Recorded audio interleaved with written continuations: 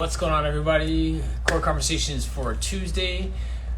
Shout out to Kwesi Millington, Rise Above podcast, book, and journal. So my man's doing a bunch of different things. Check him out.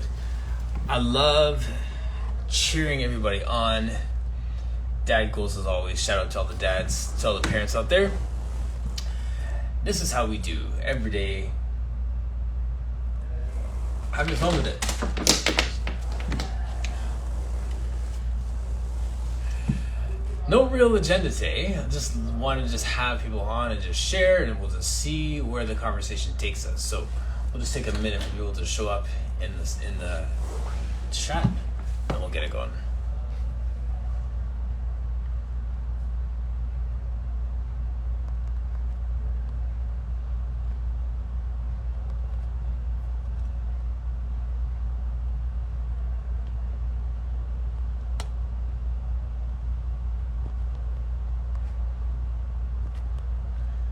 Like, subscribe, and share.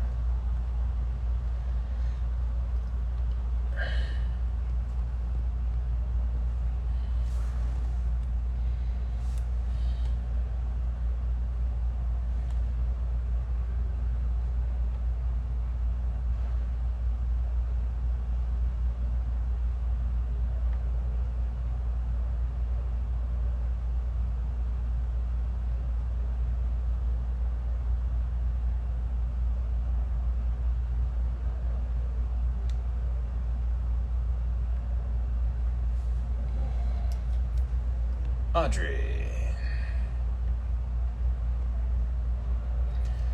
Custom cores. What's going on?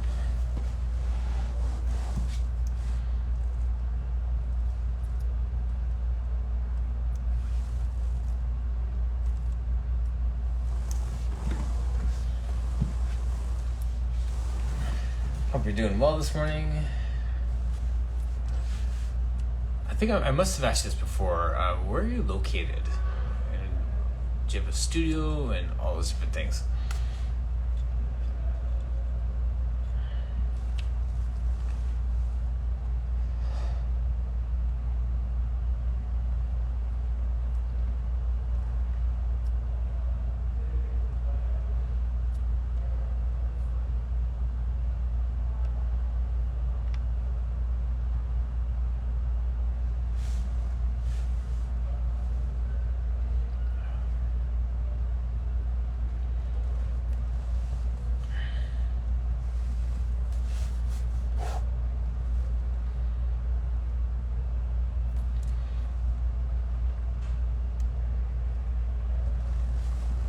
For those who are watching this later, can you please put in the chat if you have any online classes, workshops, workouts, those kind of things planned that we can support. Quick shout out to the team that is doing the Plies Goes Pink campaign for Core Compassion Project. So check that out. I'm teaching a class on the 5th.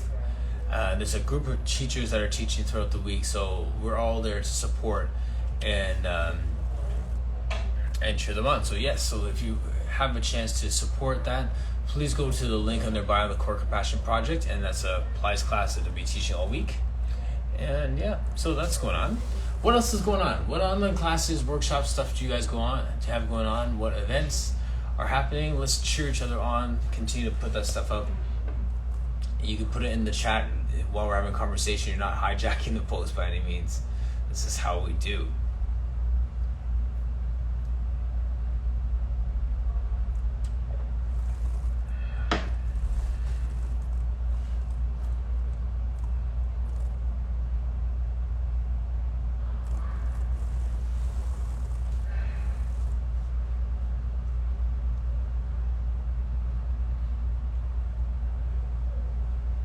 So yeah, Adrienne, where are you located again? I'm sorry if I've asked you that before.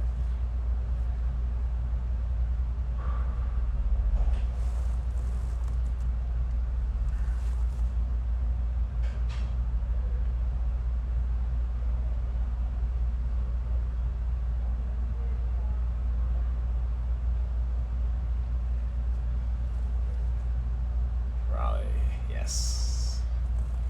Very cool. How many connections do you have with other studios? It sounds like there's a fair number of studios in that area. Are you pretty connected with other studios? Do you guys work on anything in particular? Speaking of which, I'm going to do a fundraiser now that I thought about it. So, the studios in this area? Pilates Studios in Mississauga.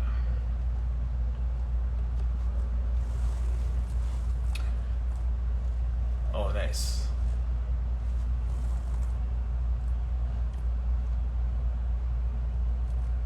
Hi, Cynthia. You know, reading your play, I thought it said like Bahamas, like Pilates in Bahamas sort of thing for a second there. Nanette, how are you? Oh, Kathy Ross nashed up from last weekend.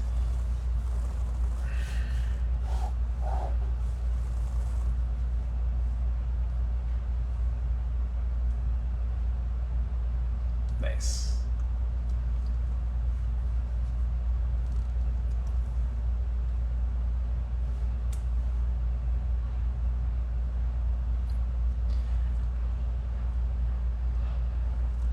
So these are my Freestyle Tuesdays. So if you would like to join me on screen, just request to join live. I know you've been on a couple times. You're more than welcome to join. I know Joel's the same way. He feels bad saying, "Oh, I don't want to join again." But like, yes, jump on. Love to chat with you for a minute. Yes, if you'd like to join us, just request to join on screen, and we can just talk. We find out more about the classes, Audrey, that you're teaching, the online courses and duets. Yeah, there's lots of stuff going on. I think I've been thinking a lot about my online classes of late. The studio is open. We're always making pivots here, trying to grow the business in that way, but there's still such a validity to online classes. Some people love them and never going back. Some people hate them and never going back. I'm somewhere in the middle where I like them, I see the value of them, and I see how they point people and it makes services accessible and scalable. So it's sticking around. I'm trying to keep it, trying to grow it. It's so much easier to grow live classes than online, but we'll keep the consistency going. Find your cadence and just keep it moving, right? So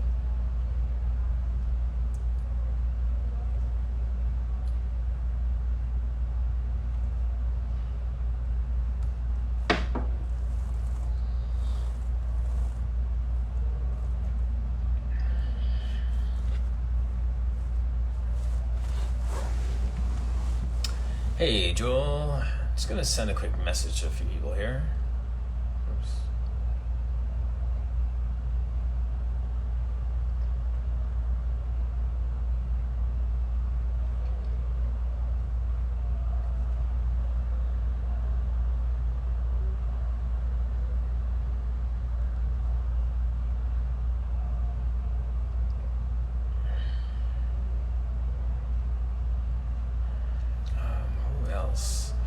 Who else are my Pilates people in Canada?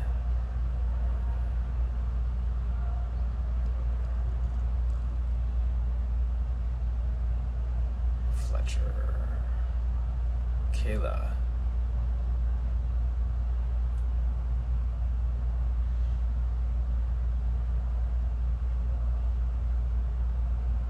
Nice.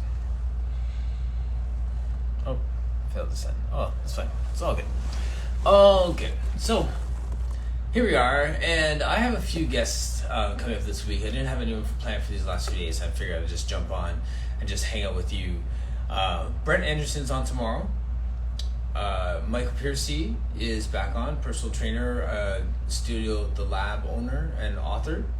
And Sarah, I believe, is on Friday. Sarah Joyce, a lady in Ottawa. She's doing some yoga and Pilates and all kinds of fun stuff. So good cross section of people from different walks, and looking forward to chats with them.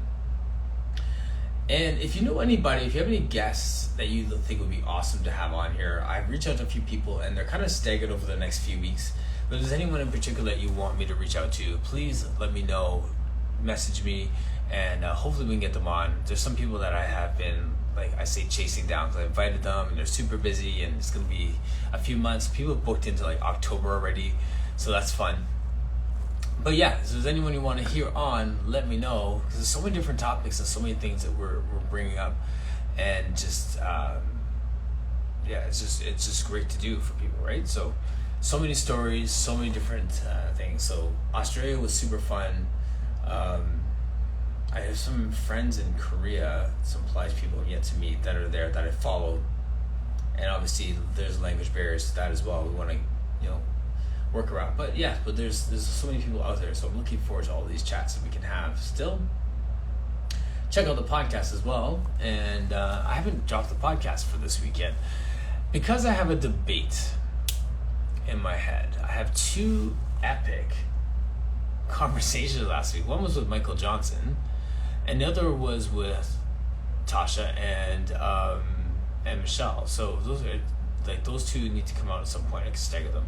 The Australians, the Aussies were awesome, and even with that, the fact that they're doing like their online training, and there is they've just kind of pivoted to an online thing, and their courses are so comprehensive. It'd be an interesting partnership for somebody to work with them and to use that to have like a host site here and their programming there.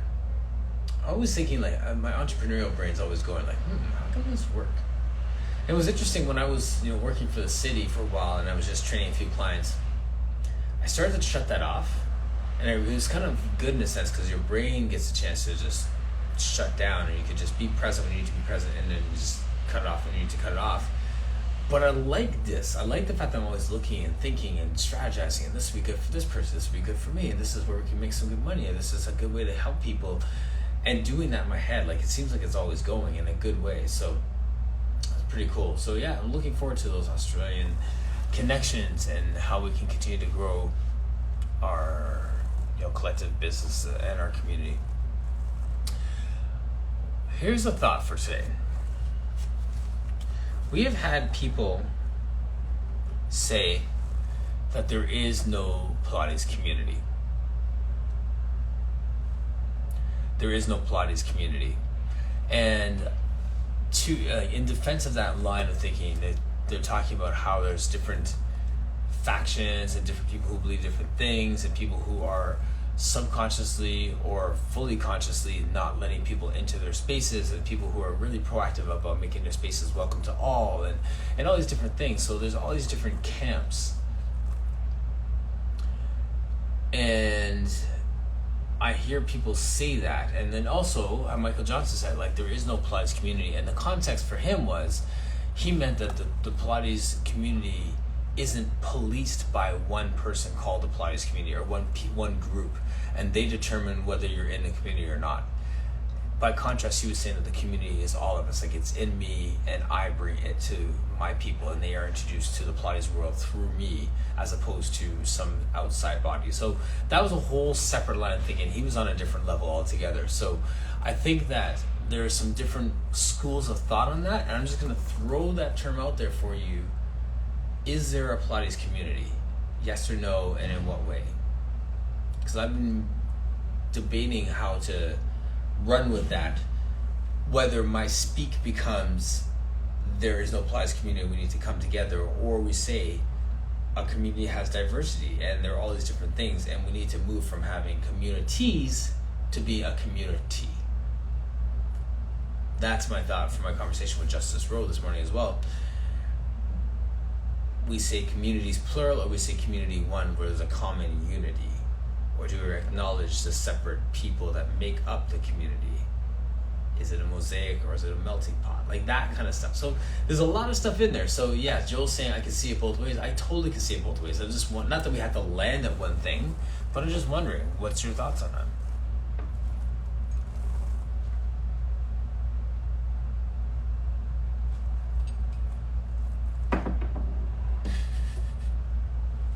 That's helpful. I think there is our Pilates. Yes. And then, well, there's also healthy and unhealthy communities, right? Like there's all kinds of different spins on this phrase.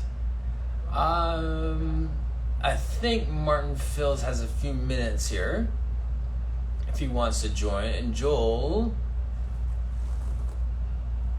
a gump of amazing humans. All right, so speaking of amazing humans, so in the net, Joel and Mr. Phils, if you three would like to join me, I'm going to throw some questions around this community concept to you and see where that goes. Thumbs up, we're good to go. I see Martin Phils is.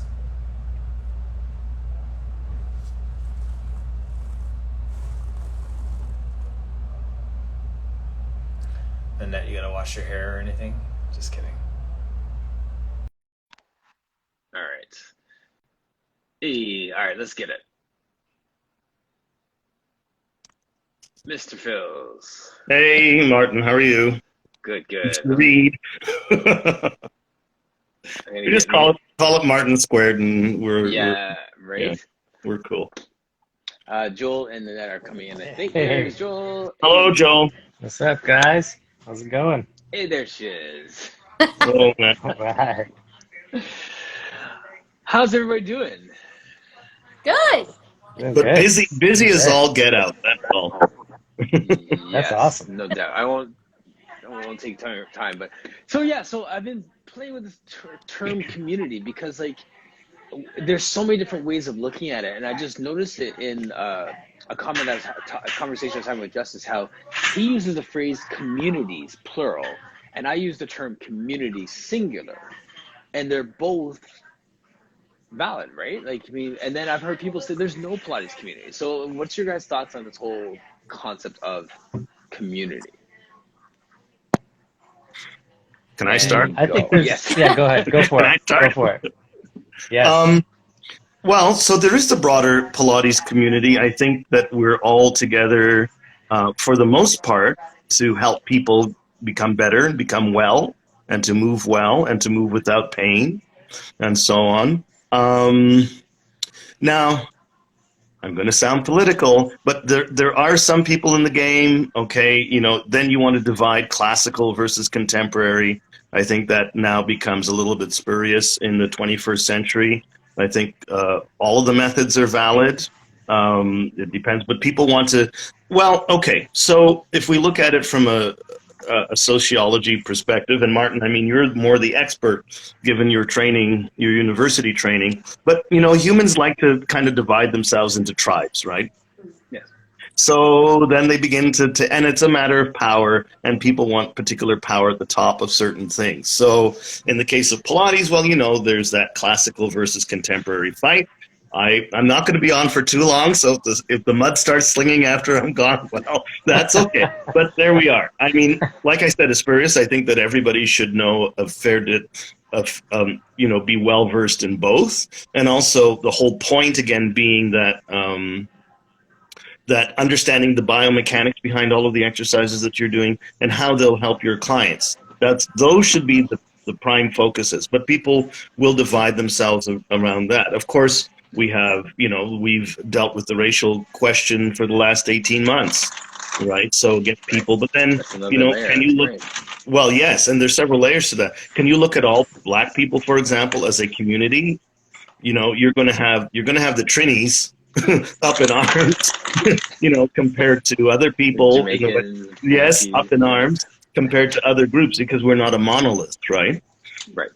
You can define community maybe in different ways and at different times. So I think that if there's a set of common goals and values, so as the Pilates community as a whole, I mean, hopefully our common views and values are to help our clients move better and feel better and be without pain. Okay, so that's a common goal, common value. So that unites us as a community. Various types of practice may then unite other groups of people within that community as a community because they want to they are comfortable with that line of practice and they want to do work together with other people so that they can hone their own skills with a specialty in that line of practice. So again, if you are, if you take it along the discipline lines, right, whether you're Romana, whether you're Fletcher, whether you're, Kathy Grant, whether you're whatever, okay? So people go to those people because there's an interest in kind of, they connect best with those places, right? Doesn't mean that the other styles aren't any better. It's just that you connect better with it and you think that you can be a better teacher in those modalities, right? So that may divide the community even more. But I think that's basically how I feel. Right. If you have common interests and common goals, that's a starting point for a community. But then there's always the subdivides. So Right, exactly. Yeah, Nanette or Joe. Yeah, I think that's That was I think very that's valid. Yeah, Okay, we it's can well shut her put. down. Good. Mhm. Thank you Yeah. guys. See you tomorrow. That was Bye. And, Peace out. um, That's it. yes. Yeah, so the Yeah. Steinmetz applied said, yes, common goal and value, also making activity for everyone, not just for select few. So accessibility too. yeah, of course. So I find You like should I get was Jean-Claude on this too, by the way, Martin. I thought I saw him in the comments there. Yeah, for Yeah. sure. Because he'll give another very good perspective that's not, I think we're all North American centered, right? Between the three of us. absolutely. But Jean-Claude can give us even a European perspective too, which is important, and European, Haitian as well too. So yeah, Right. get him on. I'd be interested to hear what he says. My Yeah, my absolutely. my whole thing is I agree with that community, but as soon as I like it'll be one day, listen to like Martin interview someone and I'm like, yeah, there's a place for everybody, it's all movement. And I resolve that and I'm cool with it. And then I see a post of something that's just absurd.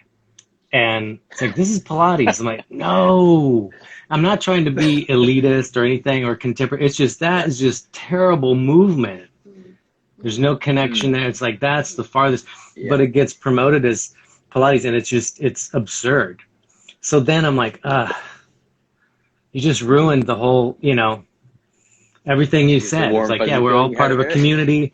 Yeah, the warm and fuzzy feeling. Like, yeah, we can all exist. There's a place for everybody. And then I just see just total movement slop and somebody's hashtagging Pilates. I'm like, oh man, there isn't a place for that. Poor movement patterns and just absurdity.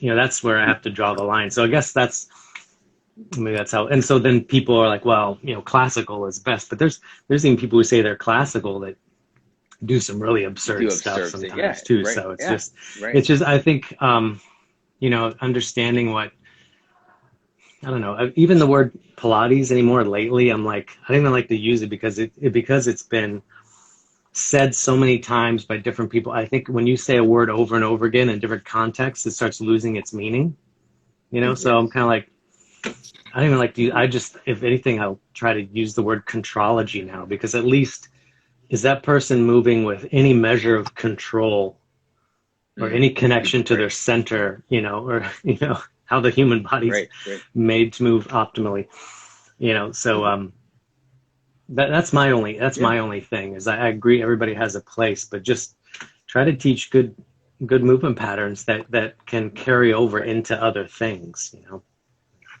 So here's something for you then to think about, Joe.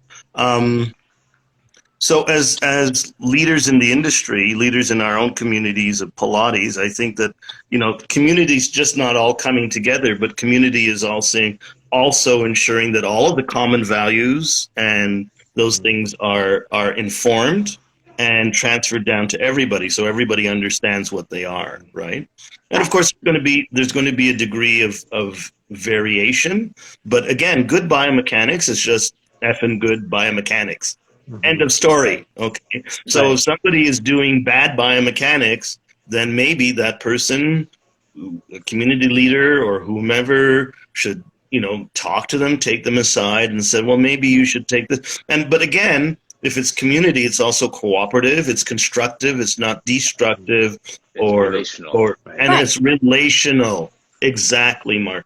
And there's another part. Oh, sorry. Yeah, go ahead. Oh no, I was just going to say there's a sense of responsibility in a community where you're saying, let's step up, let's improve our language skills, our biomechanical skills, our sense of belonging, and starting from the studio owner to the client, starting from if you're going to have a dialogue with someone that you've seen a post about, instead of it becoming a rattling Like a on public text, calling. public, direct message them. Say, hey, while I appreciate your courage in showing your skills, can we have a chat?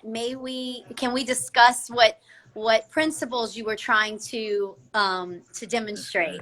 If we go back to the core principles of what Joe wrote about, if we go back to the core philosophy of what Pilates is, it should be accessible to everyone. He wanted it to be accessible to everyone, right? So we have to, and then in some cases, I feel like it's a work in progress for some individuals. They might be new to it. Some of us are seasoned. We've been in it for quite some time. So we have to look back again as a community leader and say, okay, we can't assume that everybody's at the same level. Right. So yeah. Well, and even as community leaders, it's a work in progress for all of us still. Absolutely. Yes. Well, I was gonna Right? Good say that teachers too. are always learning. There has to That's be true. I think the thing that we sniff out, and Joel's kind of alluding to this a little bit too, is not that the movement is bad, it's the arrogance that comes with that. That's the word. Right? That's the word. Yeah. Because I mean, Yeah, someone true. have bad movement, they know it's bad movement, and they could accept that correction and they move on. But when people purport to be an expert with bad movement, then you're like, okay, Right. let's. Then you have to find a way to address it. But I don't know. There's some things around that, and like we say, educating people. You're put the right labels on it. Like my kettlebell friend says, there's kettlebell exercises, and then there's exercises with the kettlebell. So you can do stuff, and I can make up exercise all day long, but I'm not going to call it contrology if it's my version of a one spring handstand with whatever, right? That's just me making up movements. As long as I don't pretend to be an expert in contrology, this is the exercise that whatever, we do that, right? So just to be careful with how we present it too, I think is a piece of it. Let me just read this comment here real quick. Thank you for such a wonderful discussion. Really mind-opening. Keep this posted when the next call is scheduled. Love to join. Thanks, Karen. Thank you for joining us. So this is interesting. So I think that's it. And it comes down to our labels, the way that we think, but the common goals and common unity piece is the one that I land at a lot, because it's so easy for us to recognize differences. It's a cheap gift to be able to point out what's different about stuff, right? How can we find and celebrate the points of commonality, and then how can we increase those points of commonality, right? Yeah. So, Well, that's and the way. what I love, and with what's happened with COVID and online teaching and online the accessibility of being able to study with people maybe from different lineages. I mean, that in a way will broaden our community perspective of, you may not agree, or like we were talking earlier, be energized by maybe a certain lineage, but I fell into the Fletcher work. That was my first exposure, and I adore the work. But now I'm also opening and broadening my horizons and studying with Kathy Ross Nash. I mean, I've studied with Blossom. So if you can at least open your heart and open, in a chance to study with other individuals, maybe that you have not studied with before, it does help broaden your perspective of the work of contrology. Yeah. Yeah, And I agree. have to I think bounce. that's actually a really good Okay. point. Yeah.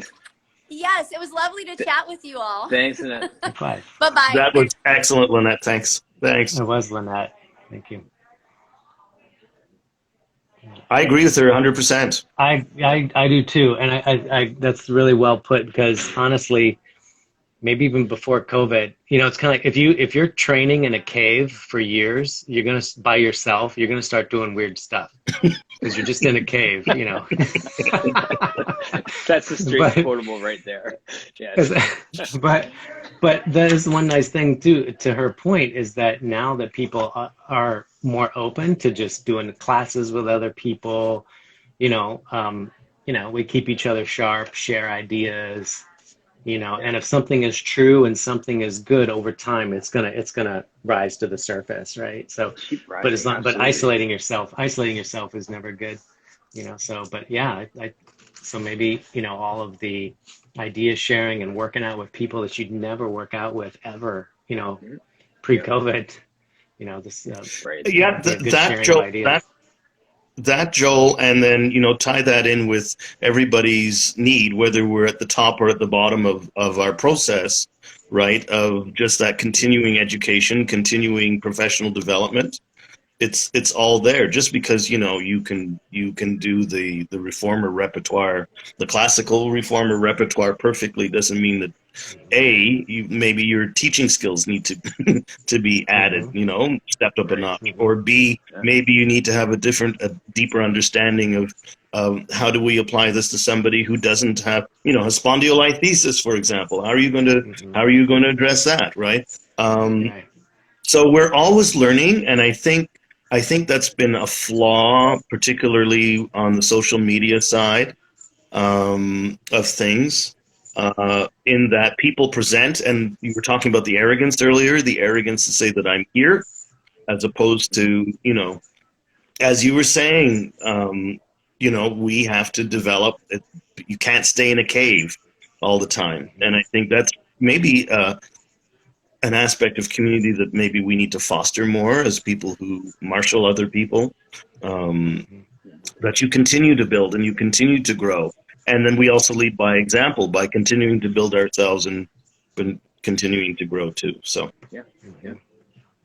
Yeah. There you go. Well We put. solved the problems of the world this morning, I Good. think. There we go. We're done. and just in Yep. time too. I have to leave for my next clients now. So I'm able to train. For those of you who don't know the Canadian experience, at least in Toronto, gyms are open, but a lot of people prefer to train outside when possible. So I have two clients that are outdoors coming up. We're also the day after an election where nothing has changed. So I'm sure That's that a whole it's going to separate be talking podcast. to my clients more about the election because they want to ask my Yeah. opinion more than getting any exercise done. But we'll see. Okay, everybody, thanks for inviting me on, Martin. Thank you, It's Yeah. Mr. fun. Phil. Thank you. Yeah. All right, bye. Right. There you go. I think it's just easier to call him Mr. Phil's when there's two Martins in the room. So Yeah. yeah, That's good. nice. No, it's good. They How both was brought your up such good your points. yeah, Oh, totally. the So I workshop? saw some of the Um, posts from your workshop. That looks so fun. oh yeah, it was really great. You know, we're going over the exercises one by one. You know, starting with like beginner, you know, introducing someone to the work and stuff. But then, you know, what could possibly go wrong with these exercises, what you would do, how you'd fix it. So that's really good. And then, but then also a big part of it too is just learning how to teach. How does the human brain, most human brains, work? How do you process information? You know, so we're kind of going into the science a little bit about how to Nice. learn, how you, Yeah. you know, load up your amygdala with all of this movement pattern and stimulus. Then how do you get it into your neural cortex so it's in your body? You know, so we're talking about Yes. that. And then once you understand that, then it's like, okay, what are some of the optimal ways to have that happen, to teach someone new movement patterns and get it to stick Right. in an effective way. Right. So we're going in different drills on that and stuff like that. So Very cool. it's really fun. A little different than a typical Pilates workshop. We are doing Pilates and talking about the Absolutely. exercises themselves, but also a big part is how do you Right. teach this stuff so it sticks. Right. You know, so it's been How kind do of fun. you how do you recognize what type of I don't want to say even what type of learner, but like we just use that example of like you give it, Mm-hmm. you're almost feeding it into the brain and then it's being transferred into the body in a sense. How do you identify what type of person needs how much information at what rate? Like how Mm-hmm. do you gauge like Mm-hmm. I need to drip feed this person, I need to like fire hose feed this Mm-hmm. person sort of thing? Well, I think I try to cover in a smooth way different types of learning, cover it all very smoothly. And so you're kind of covering a few different, not all of them, but a few different bases. So like in the workshop we talked about, you can demonstrate 1 or 2 reps, do them really good, show this person, hey, I want you to watch me Yes. do this. Because this is, again, we're talking about somebody like brand new. These are new movements. Yes. watch me do it. So then they get an overall broad view of what to look for. So that covers that base for that type of learner. Then have them do it. Try it. Then give them feedback. One thing, two at the most. So that, you know, and then have them try it again. And then maybe a little more feedback, just maybe one more thing. Because you're not gonna, I mean, you might see 100 things that need to improve on this, but you got to pick one or two. Yeah. And then have them try it again. And then that's it. And then you move on. So you're doing visual, audio, and then also utilizing internal cues and feelings. And also, and what's nice about all the equipment that Joe made, there's external stimulus. So we're trying to do broad views of things, narrow views of things, internal stimulus, external stimulus, trying to cover it with visual and audible things. So we're just trying to cover all the different bases. And then hopefully, you know, one of those will stick. But then doing it in a smooth way to where it's not like, okay, let me do this, then this. You're just doing it all, and that becomes part of your routine for each exercise. Right. And then I've just found with my clients, especially, you know, the newer ones that are starting from scratch, that they tend to learn better. And then you add that with a list, and it's like, okay, let's see this exercise and do this. And then they start remembering. Then their body starts remembering. It's like, okay, which exercise is next? And then even though they're asking me, they want me to help them, their body's already starting to move into the next exercise. Yes, that's so which is fun kind to of watch, cool. right? It's like, you know, after teaser, they're like, okay, what's next? And they're looking at me to tell them, but then they're already starting to flip over to their stomach to do swimming. You know, it's like something, right? So it's gone from, it's in the neurocortex now. The movement pattern is in the muscles. So that's kind of cool. So we're just working with that kind of stuff. But everybody learns different. But if you can smoothly kind of cover all those bases to where it's kind of seamless. Yeah, then one of them connects, and they move from there. Yeah. So when we see like 15 things that we need to correct, and we say just pick one, how do we pick the one? Do you go from like the inside out? Do you choose from the feet up? Like how do we prioritize the 7 things that we need to correct when we're going to give one cue to a person? Well, I think that's where your personal practice comes in, and understanding what's the priority of this exercise. Is it where my hand is, or is the priority? You know, you got to understand what's the priority of this exercise. Like you're doing swan, what's the priority? Well, it's extension with control in your center. So even though, you know, their fingers might be doing this kind of thing, you know, as they do the swan or whatever. Yeah, I'm just I'm using an example. Really, the priority is that. So I'm not going to worry about this stuff now. If they have a good experience, they're going to come back, and we can work on these things later once we get the priority done. So just understanding, and that's where your personal practice comes in. I emphasize that a lot to the students, is you got to practice this stuff over and over so you start to know what's the priority of this. And then that way, you can help, you know, because somebody could do an exercise and it's just a total hot mess. So, okay. And it's hard to pick just one thing. But once you understand the priority, what you'll find is a lot of times when you know the priority and you give them those 1 or 2 things, all these other things, they'll kind of smooth out. Because, they cascade into everything that it's all the hands and arms, what they're all connected to, is getting stronger and more controlled. And then the peripheral kind of starts. And then over time, you may not even have to mention those things anymore. They kind of start going away. Right. Or once that's all, you know, processed, then there's enough brain space to now this is a pattern. This is what's happening in my center is reflex at this point, because we've been repeating it over and over, same thing. Then we have the brain space now to go out and, you know, work on peripheral stuff. So, that was a long answer to your question, but I would say just understanding the priority of the exercise will help you pick just that 1 or 2 thing. Yes, absolutely. I love. But you have to get it. You have to feel it in your body first. You have to understand it in your body first before you can teach it to someone else. So there's no way around that. So. Right. Yeah. Love it. Love a good talk. Technical. Like. Yeah. I mean, it's an aspect. That's why I have teachers in this program that have been teaching for a minimum of 2 years, because when you got your cert, you're out there, you've been teaching, you're going to have these questions like, wow, how do I how can I smooth this out? Because every time I try to teach stomach massage, I'm telling people the same thing and nobody's getting it. Getting it. So Yeah, it's so exactly. at this point, it's not your client's problem. It's your problem. If it's, so you got to change how you teach, maybe change Right. some techniques in how you teach and see if it smooths out. Yep. And even the students here, I'm saying, take what I'm teaching you here and whatever makes sense to you, apply it. You don't have to just go, 180, change how you're teaching, but any little details from this technique of teaching people that makes sense to you, and you can absorb it and use it, but you don't have to like change everything, because then it's not going to feel natural and organic, and you're going to get frustrated.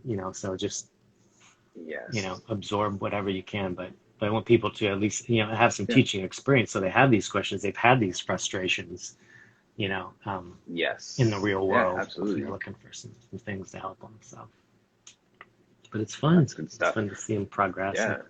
And then we try it out and say, okay, so we've learned this, so now let's try this technique. Let's have you teach the side bend. Because side bend is kind of a complex movement, and a lot of people don't do that type of lateral flexion.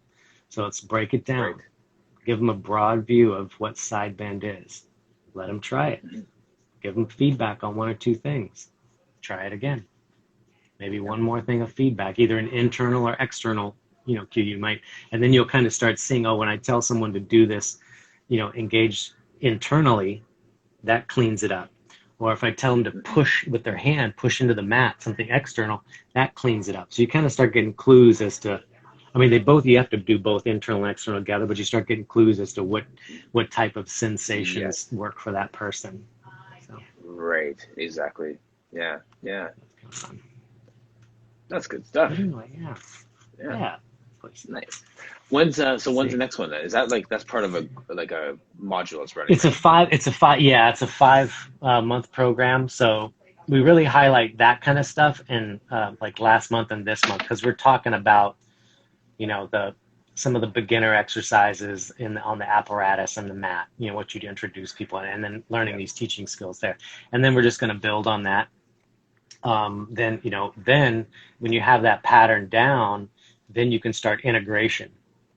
So how does basic broken down swan, now how do we integrate that into other more complex extension exercises, So we integrate that. Yes. And then, once we start getting into more, complex, intermediate exercises, how we'll make those progressions, and then how to make decisions. That's the other thing too we talk about. How do you make the decision on when you're going to progress someone? And so we have a little formula. I won't give it away because it's like a formula on what you like a compass basically on when someone is ready. And it is subjective, because you're the teacher. You're going to make these decisions. You will get some visual feedback and also ask the client questions over time to know, okay, technique is really good, and pain is down or discomfort's down. So we think we can handle this. But I think. Yeah, because the problem I see with a lot of new teachers is they have this list of exercises, and they just think, I gotta get my client to go through this list. Yes. We've got to go through this list of intermediate, then we got to go through this list of it. No, you got to make decisions on what exercises you're going to progress that person to. Yeah. It's not about just getting a list. There's some stuff. Some people can nail certain types of exercises. You can do. Going up front, going up side, mountain climbers all day long, and it looks amazing. But you get that person into any type of extension or lateral flexion, and it falls apart. Right. So you're not going to just run them through the list. Then you got to slow down and let's go to more of these types of exercises. And so we got a little compass to help make those decisions. But then after a while, that compass just becomes intuitive, and you're not thinking about the technical part of that so much. So nice. I had last night. I had my first class at a community center that just opened in my area. So they did a grand opening for this massive facility, and first class in the building officially actually was my class. It was a 6:30 Monday night class in Mississauga, Churchill Meadows. So it was so fun getting back, Joel, to just teaching absolute strangers and beginners in the community. Only one person had done a Pilates class before. One person did a yoga class on the regular. Some dad thought it was a free class and dropped off his 12-year-old kid. Like, it was just like this just mosaic of people, and it was so fun. And I explained to him, like, we're going on a journey together. Like, I'm going to show you these exercises. I'm not going to razzle-dazzle you with super new exercise every single week. I'm going to give you these, and where you'll be able to gauge how you're getting better week over week. And just started them on this. I just started like 12 people on their Pilates journey yesterday. So fun. That is so fun. Yeah. And when you see them, you know, even if there's not complete understanding of the exercises, if they feel something, you're like, oh, wow. And, you know, have some realization. That's so fun. Working with new people like that is so fun. Yes. Yeah. So especially the broad range of different types of people and ages. Oh, yeah. Too.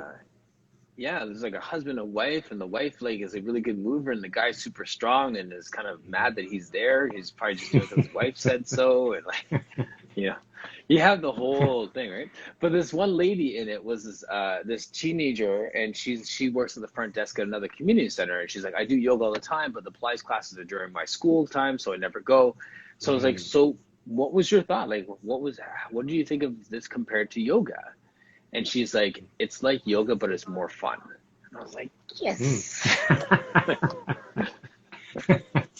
Nothing against yoga people at all, but no, I get that same response. Like, yeah, that's right. Right. That's so cool. That's awesome. Yeah, it was fun.